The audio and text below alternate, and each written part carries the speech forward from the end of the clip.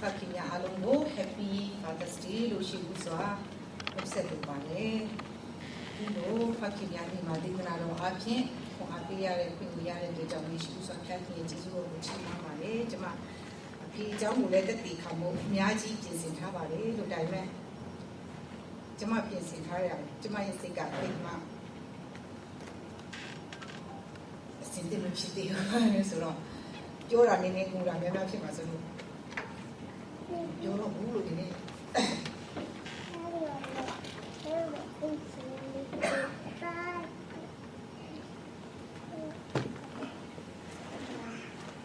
ဒီရှိတဲ့လူတွေကိုယ့်ရဲ့အဖေကို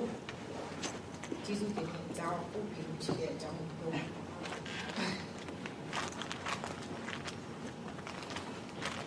ဒီနောက်ကိုမြင်နေမှာလူလူချင်းဆိုကြကွာငုံနေဆိုတော့ဘယ်လိုမှပြောလို့မဖြစ်တော့မလူဆိုရင်အဖေကိုအဖေရှင်းဒီလိုကျေးဇူးတင်တဲ့အကြောင်းပြောနေတာရအောင်ပါလေ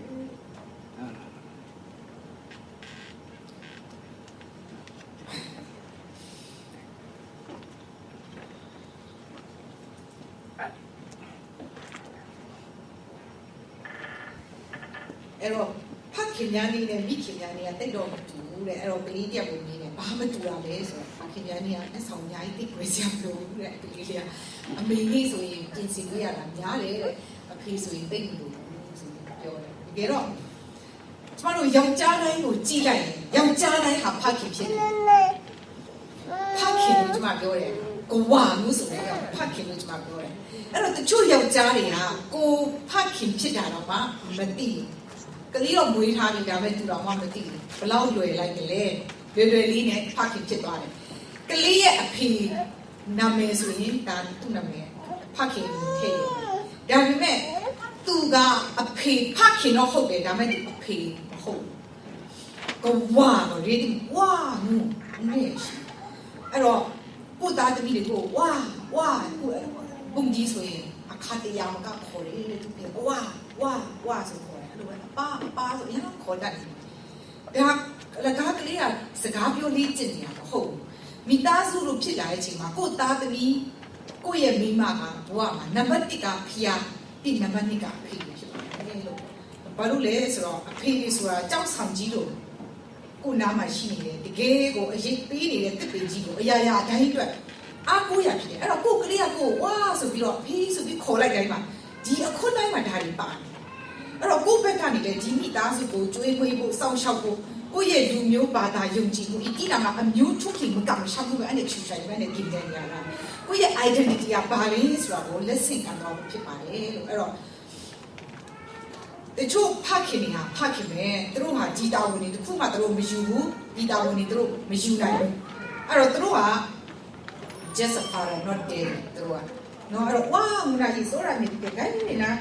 အကိုအားထားပြီးမှခေါ်တဲ့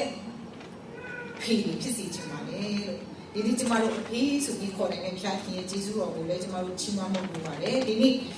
IKBC အဖေတွေကိုခွန်အားပေးလို့လေကိုကိုဖျားခင်ကဖခင်ဆိုတာဖြစ်စေခဲ့ကိုကတော့အဖေးဆိုပြီးရက်တည်သွားနိုင်တော့ကိုရဲ့တာဝန်ပဲဖြစ်သွားပါပြီလို့ဖျားပေးထားတဲ့တာဝန်ဆိုရင်လည်းမမှားဘူးတာသမီဆိုတာဖျားပေးထားတဲ့အမွေဥစ္စာဆိုပြီးကျမ်းစာမှာပြောတယ်လိုချင်လို့ဖြစ်စေမလိုချင်လို့ဖြစ်စေဘယ်လူသားတယောက်ကိုမှဖျားကမတော်တဆမဖန်ဆင်းဘူးလူစီမှာပဲမတော်တဆဆိုတာရှိတယ်ဖျားစီမှာမတော်တဆဆိုတာမရှိဘူးအဲ့တော့အယောက်စီတိုင်းကိုဖျားခင်အထူးဖန်ဆင်းထားတယ်ကျမတို့ကတော့ကိုသားကိုသမီးလို့ပြောပေမဲ့တကယ်တော့ဒါဟာဖျားပေးထားတဲ့ဖျားပိုင်တဲ့အရာတွေဖြစ်ပါတယ်လို့အဲ့တော့နံပါတ်1အနေနဲ့ faithful instruction ပေးဖို့အတွက်နံပါတ်1အနေနဲ့ပြောချင်တယ်အဲ့တော့အိမ်ထောင်စည်းဝေးတစ်ခုမှာခေါ်တယ်တဲ့မိသားစုတစ်ခုအမိသားစုကတားသမီးတွေခေါ်တယ်အဖေကအရက်တောက်ပြီးအရက်မူမိသားသမီးတွေကိုအရက်နှိမ့်ဆက်ပြီးရိုက်ခဲ့ချင်ကြတော့အမြဲတမ်းပြောတော့တကလေးတွေကမခံနိုင်မဲနဲ့ဆရာကိုခေါ်ပြီးစုတောင်းတာပေါ့အဲ့တော့ဆရာစုမတောင်းခင်မှာအဖေကပြောတယ်တဲ့အေးအရက်ကလည်းမူးမှဒါသမီးတို့ဖျားခင်ကြီးအလိုတော်နေ့အညီမိဘစကားကိုနားထောင်ကြလို့ပြောထားတယ်တွေ့လား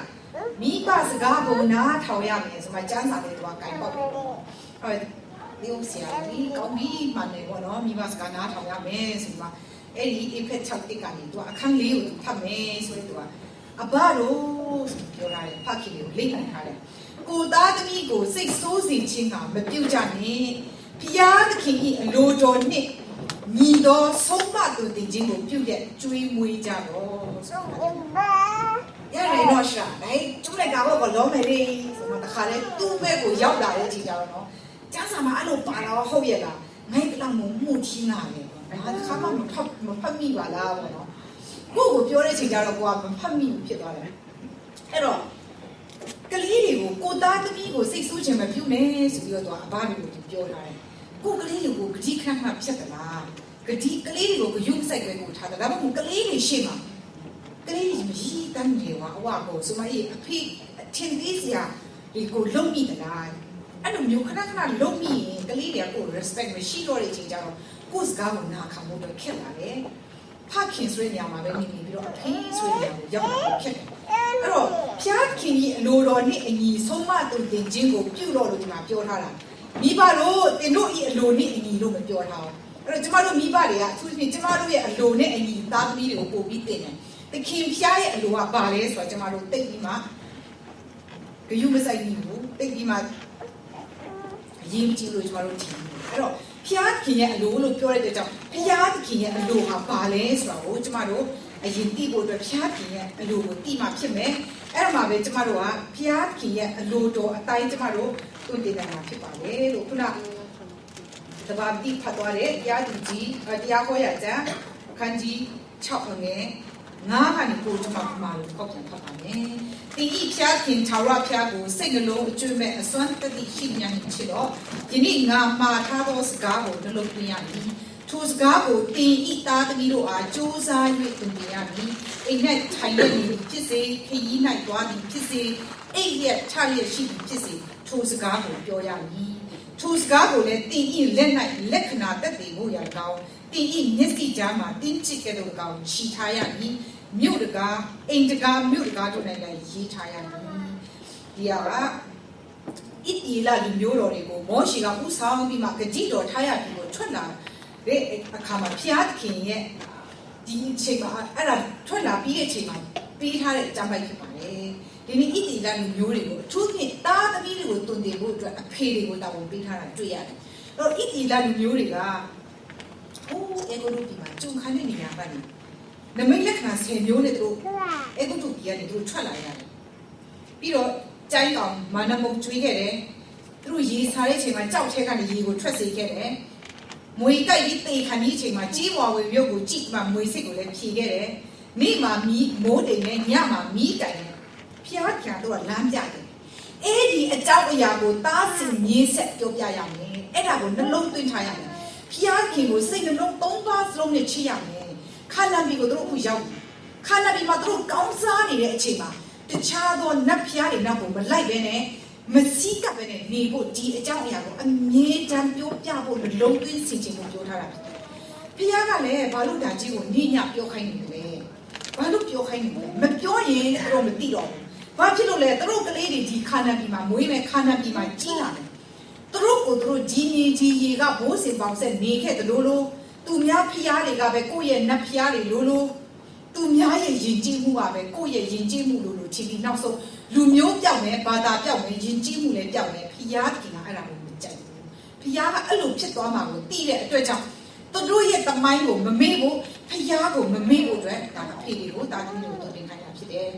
အဖေတွေကိုဒီတောင်းကိုပေးထားတာဖြစ်တယ်ဒီနေ့ဒီចောင်းပိုက်ကနေသစဉ်ကျမတို့ကိုဗာတင်ပေးနေတယ်လူတွေတော်တော်များများလည်းပြောပါတယ်ခါနမ်ပြည်နဲ့တူတဲ့ US ကိုကျမတို့ရောက်နေပါပြီကျမတို့ကလေးတွေဒီမှာကျမတို့မွေးထားကြပါပြီကိုဘသူလဲဆိုတော့ဒီနေ့ကျမတို့မပြောဘဲနဲ့မသွန်သင်ပဲနေရင်ပျောက်သွားဖို့ဒီနေ့တောင်မှလွယ်ပါလေဝါရှိုင်းအနေနဲ့ကျမတို့ရောယေရှုပဲအချစ်ခေခံရမလို့ခပ်လာကမ်းရှမိုင်ခရစ်စတန်ကြီးရေယောမပဲအနေရှင်နီရှင်နာအရှင်လင်းစွန်တန်ညာအမျိုးမမန်မနာအနေမကပ်ရှမ်းနေမမန်မနာတဲ့ဒီနေ့ US မှာပြည်လို့ရမ်းတယ်ပါတယ်။အေးရောက်တာလေးရေချုံမယ်ရေချုံပြရတဲ့ဒီစားမယ်ဒီမိမကြီးမှာတော့ကျိုးပြီးဆိုတော့အေးရာနဲ့လည်းထားရောခါတဲ့ဝစားလေးပြည့်ထွက်ဘေးအချိန်မှာတာသမီးနဲ့စကားပြောမယ်။စူတဲ့အချိန်မှာပဲဒါများတော့အပြင်အဖေတွေကစူတဲ့အချိန်မှာပဲတာသမီးနဲ့စကားပြောတယ်။အေးတိုင်းနာလို့ဆို နေကြိုးလိုက်တယ်ကိုလေးကကိုတော့ဆူတဲ့အချိန်မှာပဲစကားပြောရဲဆိုကိုသားသမီးကိုဘယ်လိုအချိန်မှာအချိန်ပေးမလဲဘုရားသခင်ရဲ့ကျေးဇူးတော်တွေကိုကိုသားသမီးတွေနဲ့သူရည်တွက်ချီးမွမ်းပြရမယ်အဖေတို့အမေတို့ကိုအဖိုးတွေဖွားတွေကိုဘလို့လမ်းပြခဲ့တယ်ဆိုတော့ဖခင်ရဲ့ကောင်းမြတ်ခြင်းကိုကလေးတွေရဲ့ရှေ့မှာတက်သေးခံလို့လို့တခြားလူတွေရှေ့မှာတော့ကျမတို့တက်သေးခံတယ်ဒါပေမဲ့ဘယ်တော့မှကိုကလေးတွေရှေ့မှာတက်သေးခံမလို့ကိုကလေးတွေရှေ့မှာတက်သေးခံပါပြောပြတာကိုယ့်ရဲ့လူမျိုးကိုယ့်ရဲ့ဘာသာကိုယ့်ရဲ့ယဉ်ကျေးမှုကဘာလဲဆိုတော့ပြောပြဖို့လိုအပ်ပါတယ်ဘာလို့လဲဒီနေ့ကျမခဏပြောတဲ့စကားရှိတယ်ဒီနေ့ကျမကချင်လူမျိုးဖြစ်ဖို့ဒီနေ့ကျမချင်းဖြစ်ဖို့ဒီနေ့ကျမတရုတ်လူမျိုးဖြစ်ဖို့ဒီနေ့ကျမဗမာလူမျိုးဖြစ်ဖို့ဖခင်စီမှာကျမတော့တောင်းခဲ့တာမဟုတ်ဘူးဖခင်ကပေးခဲ့တာဖြစ်ပါလေအဲ့တော့ဒီပေါ်မှာကျမတို့သစ္စာရှိဖို့လိုအပ်ပါတယ်အဲ့ဒီချင်းပေါ်မျိုးနေပဲဆိုမျိုးရဲ့အဲ့ဒီမောပုံရင်းပုံကားကိုအဲ့ဒီရှမ်းလာမစတ်ချပါရဲ့အဲ့ဒီမရှာစစိုက်ရှိတယ်မွေနာချင်းပုံနေနာဆုလာပဲသူကတိုင်းမှုံစောတယ်ကန်ဝတိတဲ့ရှာကြီးကိုမရတဲ့ကိုနေလေလူခတ်သွားတယ်ခါမှုမကျေရှိတယ်但是而且没写别什么呢？而且没啥吃不的那哪都的你，个来个啥啊？门岗我路呀没做的你，而且经过你送菜，但你而且经过你接话噻，讲话噻，没啥你个不会，没啥你个不接讲话的没接，但你而且经过你顶上的上的度啊我，个来个啥啊？你带中门岗没做的，你中门岗配。个来呢？而且经过你那个大的做大个，你带门岗个，你看那样，那你看嘛那哟嘛那送的那。你在蒙卡路呀不就？但你按你送娃呀，按你接娃，个那个啥个蒙卡呀不就？啥按你个路巴的呗？按你个啥的按你个送单呀？你个那个路巴就多少钱一起做呀？那蒙卡个多啊？啥的蒙卡的路你个，我那个你蒙啊？那不是你在公家上面是多吧那？那啥子把这个送单呀？个呀，哈喽，按你妈你才不看嘛那 ？That's not true。跟你人人我讲如才个这个。但你 history ပြီးသွားရင်ဒုတိယကဘာမှာတမိုင်းရှိဆုံးတဲ့ရုပ်မျိုးတွေချက်တဲ့ဂရာဖူတက်ခတ်သွားဆိုတော့အကုန်လုံးရေးထားတဲ့အကုန်လုံးရှိတယ်ကျမတို့ဒီနေ့သားသမီးတွေခုမွေးလာတဲ့ဒီကလေးတွေကိုကျမတို့ဒီနေ့ဒါမှပြောပြရင်ဘယ်လိုလုပ်မလဲကျမတို့ကချင်းနေလူရိုင်းတာတာဘဝကနေ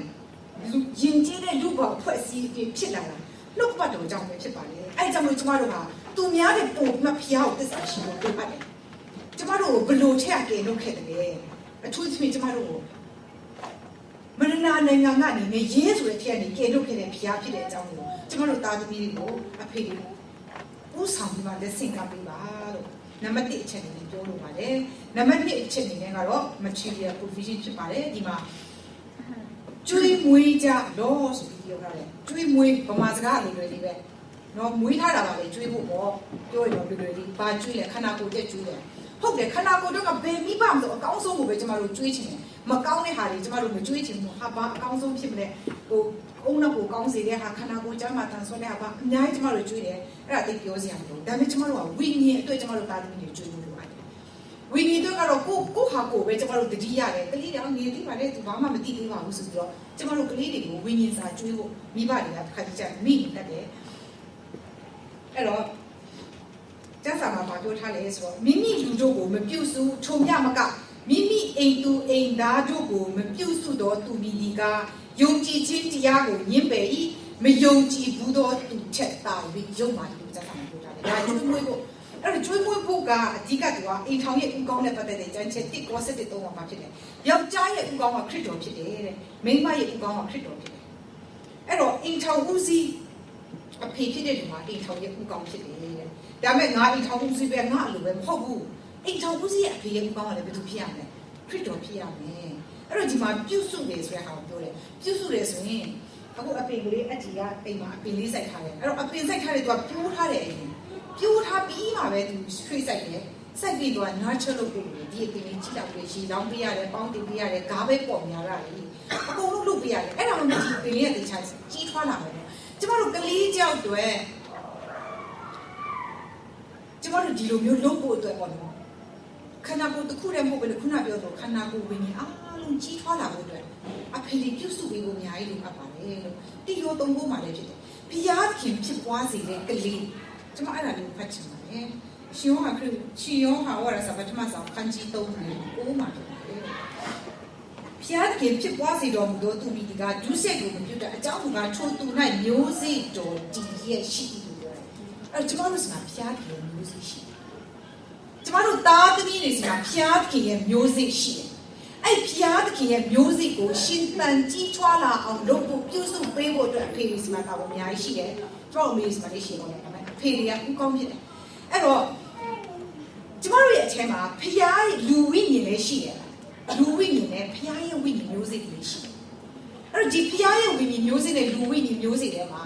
လူရဲ့မျိုးစိလူရဲ့ဝိညာဉ်ကပိုပြီးအားကြီးတယ်ဆိုရင်ဥပမာလူပိတ်ပိတ်လေးနဲ့အားရှိတဲ့လူနဲ့လူပိတ်ပိတ်လေးနဲ့ဆွဲမယ်ဆိုရင်အားရှိတဲ့ဘက်ပါသွားမှာပဲလူကအဲ့လိုပဲလူရဲ့ဝိညာဉ်ကအားကြီးရင်ဒီဖျားရဲ့မျိုးစိတွေလည်းပါသွားမှာလူရဲ့ဝိညာဉ်ကအဲ့တော့ဒီဖျားရဲ့ဝိညာဉ်ဒီဖျားရဲ့မျိုးစိလေးကြီးလာမှဒီလူရဲ့ဝိညာဉ်ကိုဖျားကိုပြန်ပြီးဆွဲလာနိုင်တယ်အဲ့တော့လူရဲ့ဝိညာဉ်ပိုအားကြီးတယ်ဆိုတာကလူရဲ့အလိုအတိုင်းကိုလိုက်တယ်လောကရဲ့အကြိုက်ကိုလိုက်သွားတာဒါဟာလူရဲ့ဝိညာဉ်ဖျားရဲ့ဝိညာဉ်ကအဲ့ဒါမဟုတ်အဲ့တော့ဒီကျမတို့ရဲ့ကလေးတွေအထဲမှာရှိတဲ့ဒီဖျားရဲ့ဝိညာဉ်မျိုးစိကလေးရှင်သန်ကြီးထွားလာဖို့အတွက်အများကြီးအရေးကြီးပါလေအဲ့တော့အိမ်ထောင်တစ်ခုမှာအဖေရဲ့ယုံကြည်ခြင်းအဖေရဲ့အိမ်ထောင်ရဲ့ဥကောင်းဖြစ်တယ်လို့မိမတွေကဘလောက်တော်တော့ဒါဥကောင်းအဖေပဲနော်ကောင်းတစ်လုံးရှိလို့တော့မရအောင်အကောင်းတစ်လုံးဆို is a monster ကြောက်စရာတွေတော့အဲ့တော့မိသားစုတစ်ခုမှာသူကပြုစုဖို့ခုနပြောတဲ့ပြုစုဖို့ခန္ဓာကိုယ်ပဲနဲ့ဒီဖျားရဲ့မျိုးစိတော့ဆိုတဲ့ဒီရဲ့မျိုးစိကလေးကိုသားသမီးမှာရှင်သန်ကြီးထွားလာဖို့အတွက်အဓိကဖြစ်ပါတယ်အဲ့တော့ပြုစုဖို့ဆိုတဲ့အခါမှာတခါကျရင်စောက်ဖို့နေရေးကိုကျွန်တော်စောက်ဖို့နေရေးဒါလုံးဝဘာသာရေးနဲ့မဆိုင်ဘူးလို့ကျွန်တော်တို့ပြောတာကတော့မှန်တယ်ဒီကျမ်းမိုက်အားဖြစ်တယ်ဘာလို့လဲဆိုတော့မိမိလူတို့ကိုမပြုစုလို့ပြောတယ်အဲ့တော့မိမိလူဆိုတာဘယ်သူတွေလဲဒီနေ့ကျွန်တော်တို့ဆွေမျိုးတွေရှိတယ်ဗမာပြည်မှာကျွန်တော်တို့လူမျိုးတွေရှိတယ်ဒီနေ့ IDP တို့ကျွန်တော်တို့မကြခင် IKBC အင်ဒီယာနာကချင်စာပေနဲ့ယဉ်ကျေးမှုအဖွဲ့ကနေမှလူငွေကောက်တဲ့ဟာမျိုးတွေရှိတယ်အဲ့တော့အဝေးကြီးတဲ့လူတွေကျွန်တော်တို့ဒီနေ့ဘာလို့လုပ်တယ်သူတို့ကမိမိရဲ့လူတို့ဖြစ်တယ်ဒီနေ့ဗမာပြည်မှာနေတဲ့ဆွေမျိုးတွေကိုကျွန်တော်တို့ဆက်မပို့ဘူးလားပို့တယ်ဘာလို့လဲသူတို့ကမိမိရဲ့ဆွေမျိုးတွေဟုတ်တယ်မိမိရဲ့လူတို့ထဲမှာသူတို့ပါတယ်သူတို့ဒုက္ခရောက်နေတယ်သူတို့ဝမ်းနည်းနေတဲ့အချိန်မှာသူတို့နဲ့အတူတူရှိနေတယ်သူတို့လိုအတူတူခံစားတယ်ပျော်တည်ရပြီးရောင်းလာတယ်သူတို့ဒုက္ခရောက်တဲ့အချိန်မှာလည်းကိုဒုက္ခရောက်တယ်ပဲဒါဟာမိမိလူတို့ကိုမပြုတ်စုဆိုတဲ့ဟာတဲမှာပါနေတယ်အဲ့တော့ကျမတို့ဒီလိုပြုတ်စုခြင်းဟာဒါဖျားရဲ့အလိုလိုက်ခြင်းဖြစ်တယ်ပြီးတော့မိမိအိမ်သူအိမ်သားလို့ပြောတယ်အိမ်သူအိမ်သားဆိုရင်မှာကိုယ့်ရဲ့မျိုးသမီးပါမယ်ကိုယ့်ရဲ့သားသမီးပေါ်တယ်ဒီတမိုးအောင်မှနေနေတဲ့မျိုးတွေပါမယ်ပေါ့အဲ့တော့သူတို့ရဲ့စားဖို့နေရေးလုံခြုံမှုကိုဒါဟာတာဝန်ယူရတယ်ဒီတာဝန်ကိုလိခင်းနေဆိုရင်ねမပြုတ်စုတဲ့သူဟာယုံကြည်ခြင်းတရားကိုညှင်းပယ်တယ်လို့ကျမ်းစာမှာပြောတယ်ယုံကြည်ခြင်းတရားကိုညှင်းပယ်၏တဲ့အဲ့တော့ဘာပြန်ဆက်ပြောထားလဲဆိုတော့မယုံကြည်ဘူးသောသူထက်တာ၍ယုံမှန်လို့ပြောတယ်ဘာလို့လဲမယုံကြည်တဲ့လူတွေဖျားမရှိဘူးဆိုတော့ atheist တွေကြီးထက်တော့ပို့လုံနေနေတယ်သူတို့တော့ကြီးထက်ပို့ပြီးမိသားစုကိုလုံခြုံမှုပေးတယ်မိသားစုကိုပြည့်စုံနေရဆိုဖျားကိုယုံရက်သားနဲ့ဒီတာဝန်ကိုလိခင်းနေဆိုရင်ဒါဟာယုံမာတာပဲလို့ကျမ်းစာမှာပြောထားတယ်အဲ့တော့အဖေတွေကိုခွန်အားပေးလို့လေဒီနေ့အလုပ်အရန်ပြင်ပန်းတယ်မိသားစုကိစ္စအလုပ်ကိစ္စနဲ့ငါတော့ပြည့်နေပြီလို့မတွေးပါနဲ့ဒီမိသားစုအတွက်စူးစမ်းနေခြင်းဒီဆွေမျိုးတွေကိုအတွက်ရှာဖွေနေခြင်းဒီဒုက္ခရောက်နေတဲ့လူတွေအတွက်စူးစမ်းပြီးလုပ်နေခြင်းအရာတွေအားလုံးဟာယုံကြည်ခြင်းတရားတော်အတိုင်းကျမတို့လောက်ရှောက်နေတာဖြစ်တယ်တာဝန်ကျေတာဖြစ်ပါတယ်လို့အားပေးလို့ပါတယ်ဒီနံပါတ်3အချက်နဲ့ကတော့ godly instruction ဖြစ်ပါတယ်ဒီ concept တွေမှာငါဒီခရစ်တော်ဤဤသူကြည့်တဲ့တင်လို့ဒီကငါနဲ့သူချင်းကြတော့လို့ရှင်ဘောတော့ပြောထားတယ်အင်္ဂလိပ်စကားပုံတစ်ခုရှိတယ်ကလေးတွေဟာတဲ့အမေကိုတော့ချစ်တယ်တဲ့အဖေရဲ့ချစ်အောင်တော့လိုက်တယ်တဲ့ဒီ love their mom and follow their dad အဲ့ဒီကေမှန်တယ်နော်အဲ့တော့ငါပြောတယ်လို့လုပ်ငါလုပ်တယ်လို့မလုပ်နဲ့ဆိုတာအဲ့ဒါအုံနောက်မှုရှိတဲ့သူတွေပြောတဲ့စကားဘာလို့လဲဆိုကလေးတွေကကိုယ့်ရဲ့ဆုံးမတင်တင်မင်းကပြောနေတဲ့ဒီစကားထက်ကိုယ့်ရဲ့အသက်ရှင်မှုကကလေးတွေကိုပို့ပြီးမှဒီကိုယ့်ရဲ့ပြုတ်မှုကပို့ပြီး wrong မိုးသွားတယ်။ကိုကတစ်ခေါက် Facebook ကတည်းက share ထားတာတွေ့တယ်။အမေက slate တောက်တယ်။နောက်ကကလေးတေးသေးလေးတွေတို့ပဲ like တောက်နေ။ကောင်းကောင်းပြီးတော့အဖေကဆဲကလေးကလာလိုက်အကုန်လုံးပေါ့နော်။ငါလုံးတလုံးမလုံးနဲ့ကျမတို့ကလုံနေဒီကလေးကိုသွားပြောလို့တော့ဟာရှိပြီးမလို့ရ graph ပေါ့နော်။အခုကျမတို့ကလေးတွေလည်းလို့ပဲ။ဆရာမဆူတောင်းနေတော့သူမျက်စိခွင့်တယ်။အော်သူမျက်စိခွင့်တယ်မြင်ဒါလည်းမျက်စိခွင့်တယ်လို့ပေါ့လို့ကျမတို့ပြောသလိုနော်အဖေကအဲ့လိုပြောတယ်ဒါပေမဲ့အဖေကအဲ့လိုလုပ်နေတယ်ဆိုရင်ဒါကလေးတို့မကောင်းတော့ဘူးနော်ဒီကြက်ကအဖြစ်အဖေရဲ့အသက်ရှင်မှုဟာ godly living ဖြစ်ရမယ်အဲ့တော့ရင့်ကျက်တဲ့ခရိယာအသက်တာကိုကြီးဆောက်ရမယ်အဲ့တော့ကိုယ့်ရဲ့အသက်ရှင်နေထိုင်မှုဟာခရစ်တော်နဲ့အတူအမြဲတမ်းအသက်ရှင်လာတဲ့အခါမှာကိုယ့်အားဖြင့်ကိုယ့်ရဲ့သားသမီးကနေမှကြည်ပြီးမှခရစ်တော်ကိုကိုယ့်ရဲ့အသက်တာမှာမြင်လာ ခရစ်တော်ကိုကိုယ့်ရဲ့အတက်ကမှမြင်လာတဲ့အချိန်ကျမှကိုသားသမီးကအဖေဆိုတာအဲ့လိုမျိုးပါလားအဲ့ဒါနဲ့စဉ်ခရစ်တော်ဆိုတာအဲ့လိုပါလားဆိုတော့မြင်လာတယ်အဲ့တော့ဒီမှာပုံပြလေးတစ်ခုပြောပြချင်တယ်အဲ့ပုံပြကကြတော့မိသားစုတစ်ခုရှိတယ်အဲ့မှာအဖေကအရာကိုဖျားကိုယုံကြည်မှအရာကိုသူရ God believe တက်ရှင်တဲ့အဖေကြောက်ဖြစ်တယ်အဲ့မှာသူတို့မိသားစုမှာတားလေးတောက်ရှိတယ်သူတို့တားလေးတို့လည်းသူရှိရေးကိုရစဉ်းစားကြည့်မှအများကြီးရည်စူးထားတာရှိတယ်ဒါပေမဲ့အသက်10နှစ်လောက်မှာအဲ့ဒီကလေးလေးကရုပ်ပြနေမကောင်းဖြစ်သွားတယ်နေမကောင်းဖြစ်တဲ့အချိန်ကျတော့ဆေးရုံကိုတော့ပို့တယ်သူတို့ကတော့အရင်ဆိုးဝါတော့မထင်ဘူးပေါ့နော်ဒါပေမဲ့ဆရာဝန်စီကနေမထင်မှတ်တဲ့စကားလေးသူတို့ကြားလိုက်တယ်အဲ့ဒါဘာလဲဆိုတော့တားလေးကတဲ့ရက်ပိုင်းနည်းနည်းလေးပဲတက်ရှိတော့မယ်ရက်ပိုင်းနည်းနည်းပဲတက်ရှိတော့မယ်ဆိုကြတော့ဖိနဲ့မရရဲ့ဝမ်းနေသွားတယ်ဆောက်ကြံမြတ်ဖြစ်သွားတယ်ရုပ်ပြဒီစကားကြားလိုက်တဲ့အချိန်အမရဘူးလေဒီပါဒါပေမဲ့အဖေကတော့ဘာပြောလဲဆိုတော့သူ့မိမငါတို့ဖျားပြန်ပြီးတော့ဝယ်ဝင်ခံရအောင်ဆိုတော့ဖအလိုလိုရှိတော့တားလို့တက်ရှင်စီပါဒါပေမဲ့ကျွန်တော်တို့မဟုတ်ဘူးဖျားရဲ့အလိုပဲဖြစ်စီပါအလိုလိုမရှိဘူးဆိုရင်ငင်းချမ်းစွာသွားနေတယ်ငါပြီးပါသူဒါပဲတော့ဒါပဲတောင်းပြီးသူစိတ်ကိုသူပြင်ပြီးတော့သူခံလို့သွားလိုက်ကလေးကလေးကြီးပြီးဆိုတော့တိညိဝိုင်းလေးကြီးသူတားရဲ့လက်ကလေးကိုကိုင်းပြောစပါတားဖို့ဖျားခင်ကိုတော့တွေ့ရဘူးဖိနဲ့နေရတော့လိုလိုစစ်စစ်လိုက်နေပြီနော်တားကြောက်ချင်ပဲသူ့ကိုစီသွားရမှာတားကြောက်နေတာဖိနဲ့စူးပြောတော့သူ့တားကပြောလေဆိုတော့အဖေတဲ့ခရစ်တော်ဆိုတာဖိလို့He's like အဖေကျွန်တော်ကိုရမ်းချစ်တယ်ခရစ်တော်ကျွန်တော်ကိုရမ်းချစ်အဖေကျွန်တော်ကိုဖက်တယ်လို့သူကျွန်တော်ကိုဖက်ထားလိမ့်မယ်ဆိုတာအဲ့တော့ဒီကလေးလေးရဲ့အဖေဟာသူ့ရဲ့ယုံကြည်ခြင်းကိုသူ့ရဲ့အသက်ရှင်မှုမှာလက်တွေ့ကျင့်သုံးပြသခဲ့တဲ့အတွက်သူ့ရဲ့သားရဲ့အသက်တာဟာအဖေတယောက်ရဲ့ချစ်ချင်းမြတ်တာနဲ့အတူတူခရစ်တော်ရဲ့မြတ်တာကိုသူ့အဖေကနေသိစေရတယ်။သူခရစ်တော်ကိုကလေးဆိုတာကအသားနဲ့မှကြိုင်လို့ရတဲ့ဟာမဟုတ်ဘူး။ခံစားဖို့ခက်တဲ့ကလေးတရား။မြင်ပြီးမှထိတွေ့ကြိုင်တွေ့လို့ရတဲ့ဟာကိုပဲကလေးတွေကပို့ခံစားတယ်။ဒါပေမဲ့ခရစ်တော်ကိုသူဘယ်လောက်ထိခံစားနေတယ်လဲခရစ်တော်ရဲ့ရှိနေခြင်းကိုသူဘယ်လောက်သိနေတယ်လဲဒါဟာသူ့အဖေရဲ့အသက်ရှင်မှုကြောင့်သူခံစားရမှာဖြစ်ပါတယ်ဒီနေ့ကျမတို့အဖေသားသမီးတွေကိုဘာရစီခဲ့တယ်ကိုသားသမီးတွေကိုဘာပေးဖို့ကျမတို့ပြင်ဆင်ထားတယ်ဘဝမှာလည်းသူကြေးပြီးမှကျမတို့နောက်ဆုံးခရစ်တော်ရဲ့ရင်ခွင်မှာရောက်တဲ့တနေ့ကျမတို့အားလုံးအကြားချင်ဆုံးစကားဟာတာဒုသစ္စာရှိတော်မူနေတာကောင်းဆိုတာဖြစ်ပါတယ်ဒါပေမဲ့ဒီစကားလေးကိုကြားရဖို့အတွက်ကျမတို့ဘက်ကနေစူးစမ်းအားထုတ်မှုမရှိတော့မဖြစ်ပါဘူးဒီနေ့ကျမတို့အဖေလေးကိုယ်တိုင်မကမ်ပြည်တုံးလိုက်ကွာမကမ်ပြည်တုံးလိုက်ကွာဆိုတာကဒါကျမတို့ KBC ဖခင်များရဲ့တန်ဋိဌာနအခုကျနံပါတ်1တစ်ချက်ဖြစ်ပါတယ်လို့အဲ့တော့ဒီမှာကခရီလို့ကချင်စကားမှာပြောတာခရီဆိုတာကဒီကျမလေးကိုဒါတို့ KBC အဖေရဲ့ဟိုမှာတို့တရားဟောချက်ထဲမှာပါတယ်ဖြစ်ပါတယ်အဲ့တော့ဒီမှာခရီဆိုတဲ့ဟာအသစ်ကိုပြောတယ်တစ်ပင်ကိုကြည့်လိုက်ရင်အပင်ကအခောက်ရှိတယ်အသားရှိတယ်အဲ့ဒီထဲမှာပါလေနှစ်ရှိတယ်အဲ့ကျမတို့လူကလည်းလို့ပဲခန္ဓာစိတ်ဝိညာဉ်ဆိုရှိတယ်အတွင်းဆုံးပိုင်းဝိညာဉ်ဆိုတာအဲ့ဒါရှိတယ်ဒီနေ့အဲ့ဒီခုန်ခမ်မြစ်စင်းရဲ့ခရိုလိုဝမ်ဒီဘက်ခရိုလိုဝမ်ကတာကိုဝိညာဉ်လာအဲ့တော့အပင်ကကြီးလာတော့ဒီအနှစ်ကကြီးလာကျမတို့အသက်ကမှာလေကျမတို့ကလေးတွေကခုအနှစ်ဆိုတာတီးတယ်တော့ပင်လည်းတီးတယ်မရှိတီးလေးမရှိသေးတယ်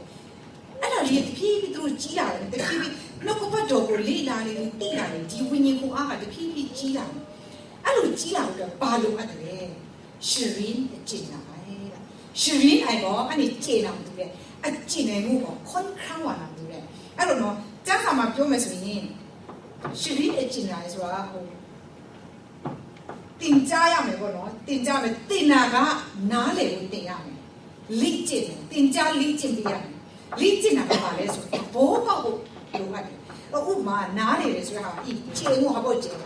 ဖျားရလို့တော့ကျမတို့သိလားကျမတို့ဘာလို့သိတယ်အပြစ်ရှိတယ်ဆိုတော့ကျမတို့သိလားသိတယ်အရက်တော့တာမကောင်းဘူးသိတယ်ကျန်းစာဖတ်ရမယ်ကျမတို့သိတယ်စုတောင်းရမယ်ကျမတို့သိတယ်ဖျားချောင်းပေးရမယ်ကျမတို့သိတယ်ဒါပေမဲ့ကျမတို့အားလုံးသိနေတယ်ဒါပေမဲ့ဘာလို့မလုပ်ဘူးလဲ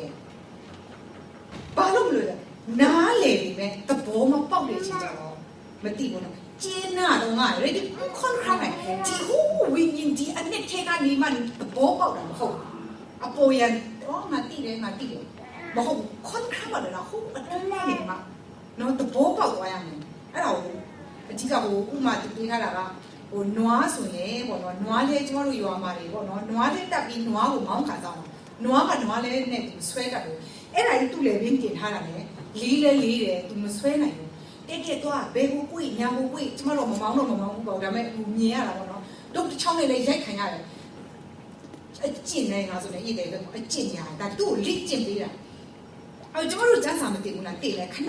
ကျမတို့စမ်းစာသိတယ်ဒါပေမဲ့ကျမတို့လက်တွေ့ဘဝမှာကျမတို့မကျင့်တဲ့အချိန်ကျတော့ဒီလိကျင့်မှုဆိုတာမရှိတဲ့အချိန်ကျတော့တမာတရားရဲ့ကောင်းမြတ်ခြင်းကိုကျမတို့မသိဘူးဒီတမာတရားရဲ့အကျိုးကိုကျမတို့မသိဘူးလိကျင့်နေဆိုတာကလိလာခြင်းကျင့်သုံးခြင်းဥမာကာမောင်းတတ်ဖို့ဆိုရင်ကျမတို့ကာမောင်းလေ့ကျင့်ရတယ်ကျမတို့စာတွေဖတ်ရတယ်ရုပ်ဆိုင်တွေကျမတို့သိရတယ်လန္နာတွေဖြေရတယ်ဝန်တာလိုက်တာငါလန္နာအောင်တော့အောင်ပါပြီဒါပေမဲ့ကားမောင်းတရွှေကတော့ကားမောင်းတတ်တယ်လို့ပြောလို့မရဘူးလန္နာအောင်ထားတယ်ဆိုအောင်ထားတာပဲကားမောင်းတတ်တာမဟုတ်ဘူးတကယ်မောင်းကားပေါ်မှာတက်ပြီးထိုင်ပြီးမောင်းတတ်မှာကျမတို့နှုတ်ကပတ်တော်ကိုလည်းသိနေတယ်နားနေတယ်ဒါပေမဲ့လက်တွေ့ကျင့်လိုက်ပါဘဝမှာတကယ်လက်တွေ့ကျင့်သုံးသွားတဲ့အချိန်ကျမှပဲကျမတို့သဘောပေါက်သွားတဲ့အချိန်ကျတော့ဒီယုံကြည်ခြင်းဟာဘယ်တော့မှမရင်းနိုင်တော့ဘူးဟိုအနှစ်ထဲကနေဝိညာဉ်ထဲကနေရောက်ပြီးသွားရင်မထွက်တော့ဒီဝိညာဉ်ထဲမရောက်ဘူးဆိုရင်အပေါ်ရဆိုရင်ခဏလိုပဲသိနေတယ်ဒါပေမဲ့လုံလာမလို့ဘာလို့လဲအနှစ်ထဲမှာမရှိအဲ့တော့အဖေရဲ့အသက်ရှင်မှုကဟိုအနှစ်ထဲကနေရှိနေတဲ့အချိန်ကျရင်ဒါဟာကိုယ်ကလေးကိုအများကြီးခေါ်နေစရာမလိုဘူးပေါ့နော်ကိုအဖြစ်မြင်လာတာဖြစ်ပါလေလို့ဒီကိုလိုဝါမှုအဲ့ဒီဝိညာဉ်ကပေါ့ဒီရှောင်းဝတ်ကြတော့မပြူဆိုင်အဲ့ဒါအရေးကြီးပါလေလို့အဲ့တော့တုတ်ဘတ်တော်ကိုလိုက်ချောက်လေးကျင်နေဆိုတာကဒီလောကအရာတွေဒီလောကရဲ့ကိုယ့်ရဲ့အတ္တတွေကိုဆန့်ကျင်ရတဲ့အတွက်ကြောင့်လွယ်တော့မလွယ်ပါဘူးလို့ဒါပေမဲ့ဒီနေ့ IKBC အဖေတွေဒီလိုအနှစ်ထဲကနေယုံကြည်ခြင်းမျိုးရှိဖို့လည်းအားပေးချင်ပါလေနောက်ဆုံးတစ်ချက်အနေနဲ့ကတော့ဆာလန်135ဒီကျမတို့အကြံကလည်းဖတ်ပြီးသွားပြီဒါပေမဲ့ဒါကိုကျမကချင်လို့ပဲဖတ်ချင်ပါတယ်လို့အဲ့ဒါကိုကျမပမာလေးပြောပါမယ်နောင်တော့ကလမ်စွန်ရမ်ပရဘိုင်ပရာဒီခါနာအပရဖက်မိုင်ကြအိုက်တဲ့ရှိကမှုပါတဲ့အဖေလေးအတိတ်မှာမကောင်းဘူးလို့ခံစားရရင်ကျမဒီချက်တွေနဲ့အားပေးရပါတယ်ဒီမှာကဂလမ်လို့ပြောတယ်ကျန်းစာဗမာလူကတော့ရွှေလင်းနာလို့ပြောတယ်လင်းနာဆိုရင်ကျမတို့မျက်စိထဲမှာလက်ဓာတ်လို့ပြောတာတကယ်တော့လင်းနာပေါ့လက်ဓာတ်မဟုတ်ဘူးသူကလင်းယုံနဲ့ပေါ့နော်လင်းယုံနဲ့ကိုပြောချင်တယ်အဲ့တော့ဂလမ်စွန်ရမ်ပရဘိုင်ပရာလင်းယုံနဲ့လိုမျိုးပြန်ပြီးမှနုပြိုလာအောင်နာအပရဖက်မင်းရဲ့ဘဝကိုမိုင်းကြအိုက်တဲ့ရှိကမှုပါကောင်းသောအရာတွေနဲ့ဖန်တီးပြုပြင်တည်ဆောက်ပြီးရှိကတယ်အဲ့တော့လင်းယုံနဲ့ရဲ့အကြောင်းပုံပြင်လေးကိုလည်းကျွန်မပြန်ပြောလို့အဲ့တော့လင်းယုံနဲ့တွေကတဲ့အသက်ကြီးလာတဲ့ချိန်ကျတော့သူတို့ကနှုတ်တီးတုံးလာတယ်တဲ့ခြေသေးတွေလည်းတုံးလာတယ်အစာလည်းသူသိမရှာနေမဟုတ်ဘူးတဲ့အဲ့ချိန်မှာသူနလာမရှိတယ်တည်မလားဒါမှမဟုတ်ရင်နာကျင်ခြင်းနဲ့ခံပြီးမှအဲ့ဒီနာကျင်ခြင်းဝေဒနာကိုခံပြီးမှသူတို့ပြန်ပြီးလူပြည့်တဲ့အသက်တာကိုပြန်ယူလာဆိုတဲ့ချက်ရှိတယ်တဲ့အဲ့ဒါပါလေဆိုတော့ဟိုအရန်မြင့်တဲ့တောင်ကိုတက်တော့အဲ့မှာသူတို့ရဲ့နှုတ်ပြီးအဲ့ဒီဟောင်းအဲ့ဒီကြောက်နေတော့ရက်ချိုးလိုက်တယ်ရက်ချိုးလိုက်လို့ရှိရင်တော့ပြုတ်သူစောင့်နေအရက်နာကျင်တယ်အဲ့ဒါနာပေမဲ့သူရက်ချိုးလိုက်တယ်အဲ့ဒီချိန်မှာအဲ့နှုတ်ပြီးအစ်စ်ထွက်လာတယ်အဲ့နှုတ်ပြီးအစ်စ်ကလေးထွက်လာတဲ့ချိန်ကျတော့သူ့ရဲ့ဒီခြေတဲ့အဟောင်းတွေကိုတွေ့ကုန်လို့သူပြန်ဆွဲထောင်တယ်ပြီးမှအဲ့ခြေတဲ့အစ်စ်ထွက်လာတယ်သူပြန်စောင့်တယ်ပြီးမှသူရဲ့အမွေးအဟောင်းကိုကျတော့တောင်းမှအစ်စ်ကပြန်ပြန်ရရေးဆိုတော့ဒီလိုရှိတယ်အဲ့တော့လူမီဒီကခရစ်တော်နဲ့ရှိတယ်အစ်စ်တော်တဲ့တော်ဖြစ်တယ်လို့ပြောတယ်ပြန်ပြီးလူပြူလာအတွက်ဒီလေးရောအလကားနဲ့သူမရဘူးအများကြီးသူနာကျင်ရတယ်သူ့နှုတ်တီးကိုသူရိုက်ထုတ်လိုက်ရတယ်သူခြေသေးကိုသူခွာပလိုက်ရတယ်အဲ့ဒါမှသူအစ်စ်ကိုပြန်ပြီးရတယ်